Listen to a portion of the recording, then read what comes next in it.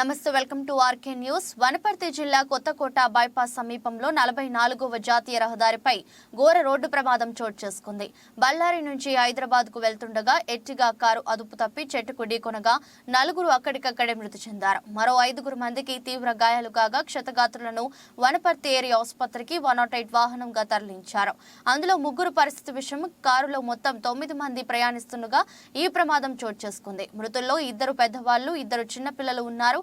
అతివేగం, నిద్రమత్తు ఈ ప్రమాదానికి కారణమని ఎస్ఐ మంజునాథ్ రెడ్డి తెలిపారు.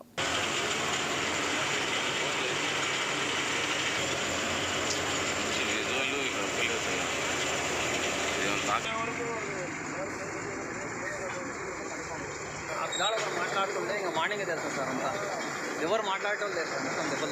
మొత్తం దెబ్బలు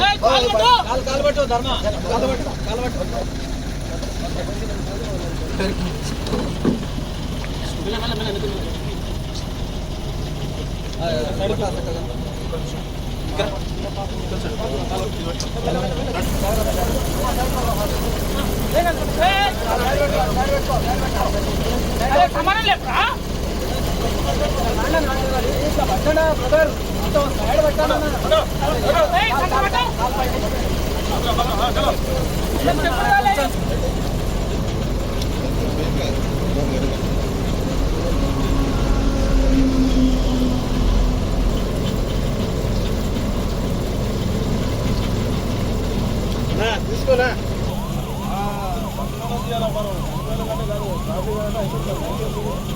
తీసుకో.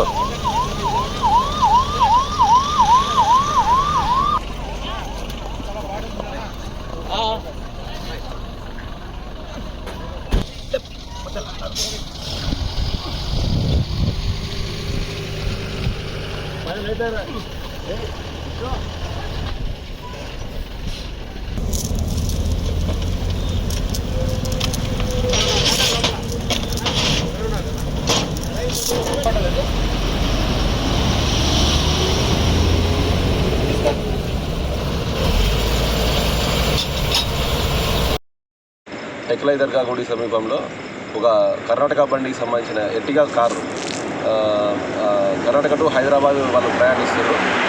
దాంట్లో వాళ్ళ ఫ్యామిలీ మెంబర్స్ 9 మెంబర్స్ ఉన్నారు. మొత్తం ముస్లిం కుటుంబానికి సంబంధించిన వాళ్ళు. అందులో ఒక 2 బేబీస్ డెత్ అయ్యారు. తర్వాత ఒక ముసలావిడ, తర్వాత ఇంకొక పర్సన్, ఒక జెంట్స్ అతను చనిపోయాడు.